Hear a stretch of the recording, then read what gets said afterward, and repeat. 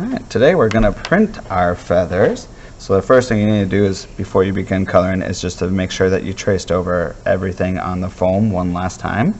And you can see here I have most of mine colored already. A couple things to help make your prints turn out better is to try to use the side of your marker when you're coloring it in. And go kind of slow. Your goal is just to get lots of that color onto the foam.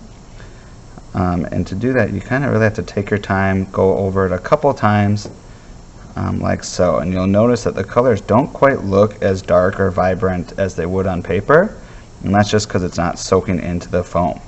But you will see when we print it, the colors will change a lot. So I'm taking my time to color this in like a cool pattern. I want to make sure I don't leave any spots uncolored, because anything that I don't color will just stay white.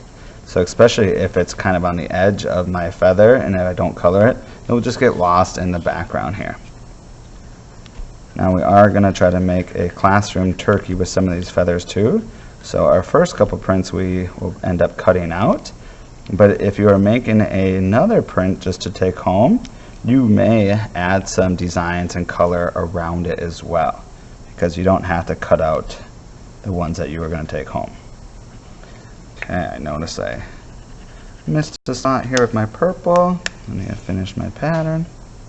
But before you bring it up to get printed, just give it one last little look over, making sure you didn't leave any spots blank, making sure you didn't accidentally put your finger down and left a fingerprint. We want as much color on there as possible.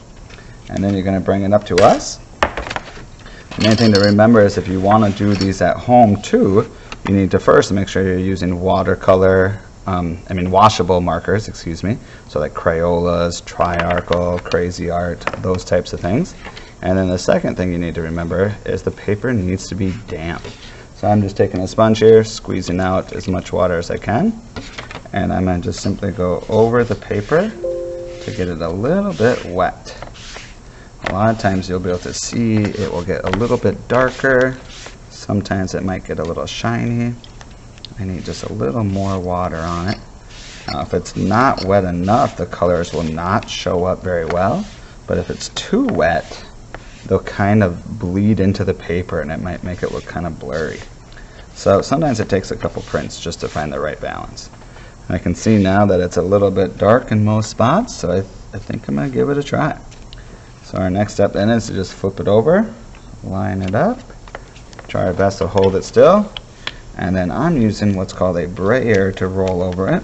If you're doing this at home, you could use your hand and just kind of push over it. You could use a rolling pin, or even like a wooden spoon or something like that too. Your main focus is just not to move it while you're going over it. And you just really kind of want to push down hard. Okay, after you've gone over it, it's time for the reveal. Here we go. 3, 2, 1. Now all of our colors should be transferred onto the paper.